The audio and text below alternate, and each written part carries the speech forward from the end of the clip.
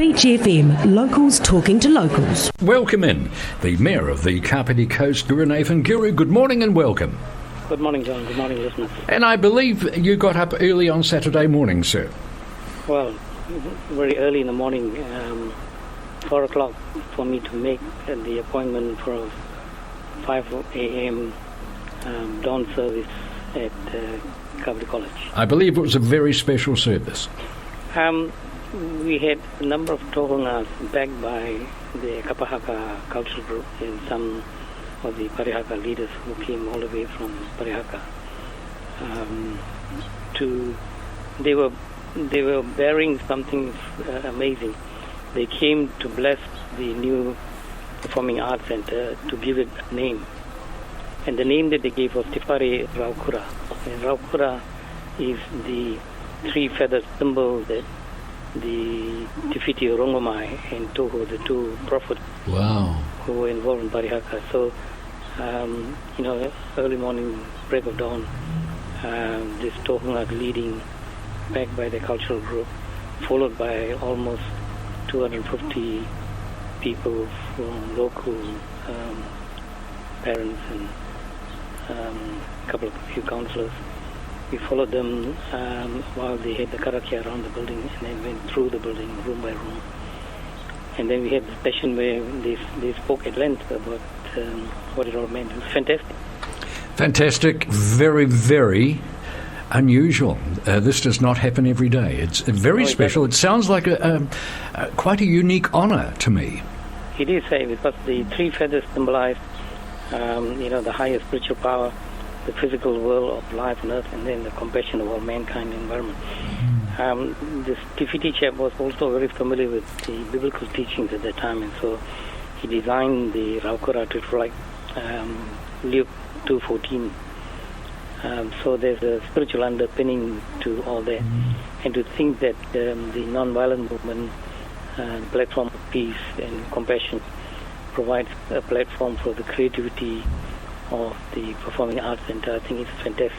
Fantastic, wonderful. And of course, the opening and the initial performances by nationally and internationally recognised groups will be with us very shortly, so that's something to look forward to. So one of the things I might mention is also when Tony Kane, the principal, spoke, he was visibly moved because it has been almost a 10-year journey for him. Yes. And this chap is a visionary guy. And this is a $12 million investment.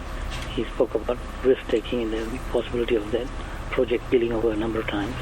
So he's done extremely well and provided Kapiti with an asset that's puts us in the regional and national map and also stimulates local economy. Just amazing. So you've got to really salute Tony and Cass Carter and the rest of the people who've made this possible. And incidentally, this is one of the best investments the KCDC have ever made in terms of how much you put in and how much value there is for the community. Well, I remember when Tony Kane came to council, I think it was during Jenny Rowan's time, and the progressives amongst us, we argued that even though the council long-term plan has a Performing Arts Center scheduled in the town centre area, that was not due for another 20 years. So here, by partnering with the college, we got outcomes for the community in a very short time. Indeed. Yes.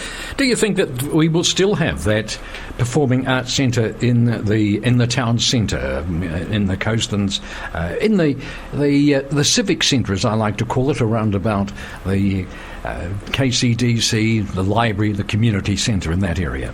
Well, I think the investment we've made for a low amount of investment early on, we've got the outcomes. We'll see how that develops.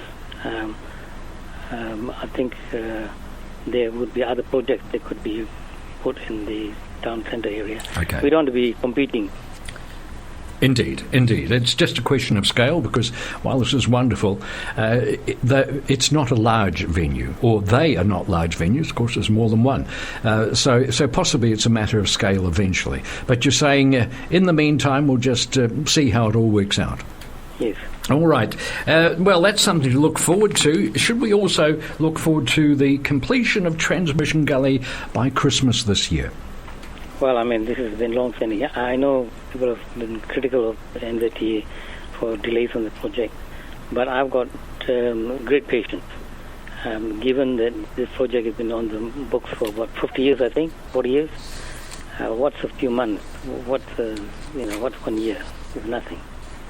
So, but I'm glad that they finally made an announcement they can finish it, and they've paid the extra money for that to smooth the way for an early opening before Christmas. So that's really good. What that'll do, of course, we all know, it'll open up the growth pressures on Kapiti Coast.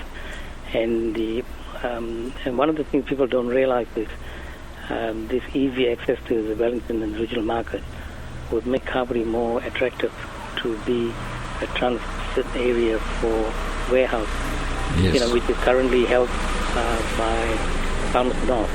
Yes. And there's a little conference on this afternoon, opportunities and challenges for the retirement industry. I think we can apply those two phrases to Transmission Gully as well in terms of our community. There are opportunities there, but also challenges, because it is going to become a much more accessible community, and we've got to gear up, haven't we? Well, how do you mean gear up? Well, we can't cope with the housing situation as it is right now. We become a suburb of Wellington, and one can only imagine that means that more people with large Wellington-type wages will come into our community and more locals will be priced out of the community. I think that's an issue. Well, I mean, that's the market. So it's interesting to see the solutions there actually lie with central government. And I think they are the type of planning tools that they're developing will mean that they can provide more affordable housing. And of course, we are looking also at public housing. So, we need to see what the central government is trying to do. I know that the planning tools that they are creating have created some angst among local government authorities.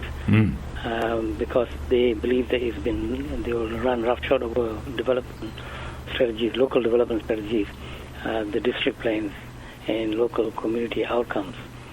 But looking at the big picture, nationally we are having a housing crisis. We have increasing homelessness. So in this New Zealand, and those type of homelessness and lack of housing, affordable housing, it can be debilitating to individual budgets, and that translates to a decline in productivity when you're paying most of your wages into a higher rent. So the central government has got a problem, and I think the tools that they are organizing is possible that the local district plans and all that may be overridden, but I think we've had a look at what they've been proposing. They need to do the front-end part of the consultation process properly. If they've got a particular project that's, let's say, happening in Kapiti, they will be wanting to partner with local authorities. They were wanting to partner with local EV. They were wanting to partner with private sector in Kapiti for them to develop.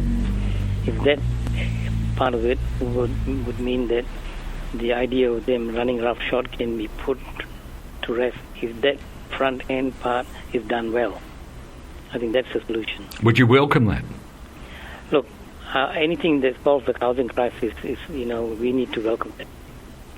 So what we're talking about here is a bill which is being consulted right now, which would see the housing agency Raukura being granted powers to authorise and coordinate large-scale development projects, which I believe are called specified development projects. This is where what some people are saying, riding roughshod over the local plans comes in. So if, and I think it's unlikely, but if central government proposed one of those for Kapiti, do you think the KCDC would welcome that?